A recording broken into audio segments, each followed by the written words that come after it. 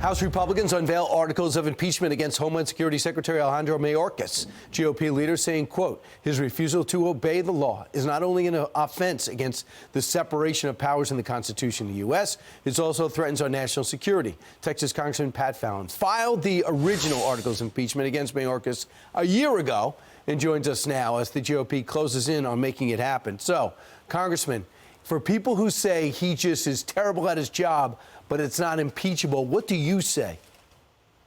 Well, I say that when you lie under oath to Congress, Brian, that is impeachable, and that's what Alejandro Mayorkas has done.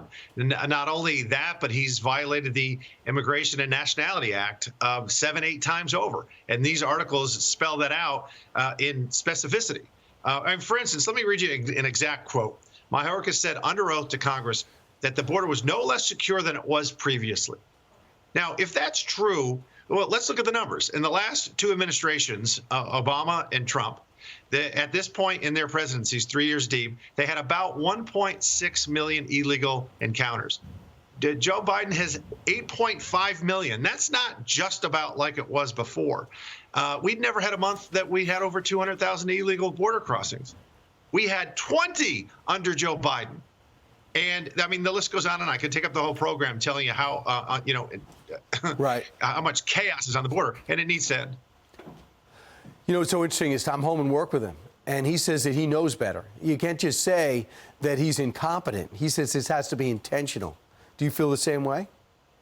100%. This is a willful and systematic refusal to comply with statutory law. I mean, there's no other explanation for it. How in the world did things explode? I mean, think about December was the worst month we'd ever had, 300,000 illegal encounters. Right. Under President Trump in fiscal year 2017, we had 300,000 all year. So you could argue that this is 12 times worse than it was before. So you're going to go ahead with the articles of impeachment. You only have a 2 or 3 vote margin. Do you have every Republican on board to pass this? Right now, it looks like there's 1 or 2 Republicans that are wavering. So I think it will pass. I really do, because Chairman Mark Green, my good friend from the Homeland Security Committee, has done an exceptional job here. And, the proof's in the pudding. Alejandro Mayorkas has perjured himself.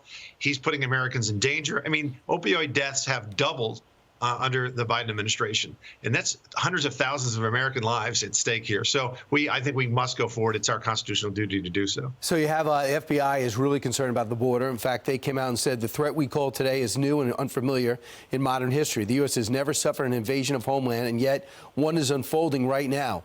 Military-aged men from across the globe, many from countries or regions not friendly to the United States, are landing in waves on our soil by the thousands.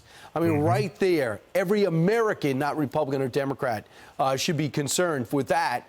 And we see it every single day. That's why you see the extreme circumstances where the Texas National Guard is pulling back the Border Patrol and says, we'll take it from here. And there's been 0 crossings on Shelby Park. Yeah. Well, think about our greatest geopolitical competitor, China. A couple of years ago, Brian, there were only 323 Chinese nationals that were encountered on the southern border. Last year, there were 24,000. So, yes, this is alarming.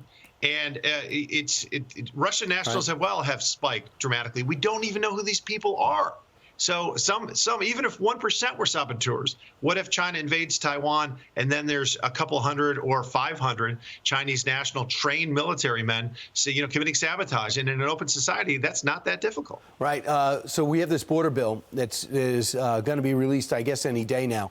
No one's seen the whole text outside Senator Langford, Senator Sinema, and Senator Murphy, and a representative from the White House. I don't know who it is.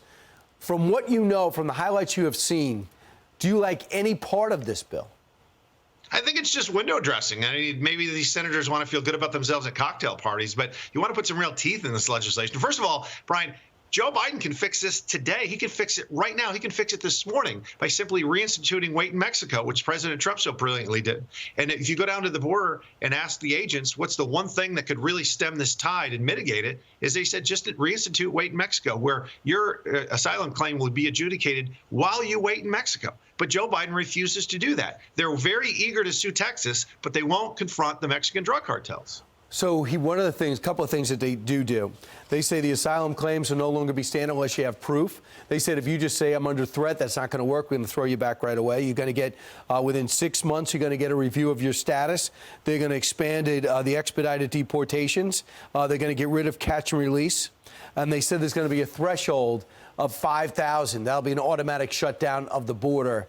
They hope not to get to 5,000. But they said there'll be an automatic shutdown if they get to that, almost like the stock market when there's a certain level of a sell-off. So some of those things you can get on board with, right? Well, yeah, but the 5,000 is ridiculous. We can't normalize 5,000 illegal encounters every single day.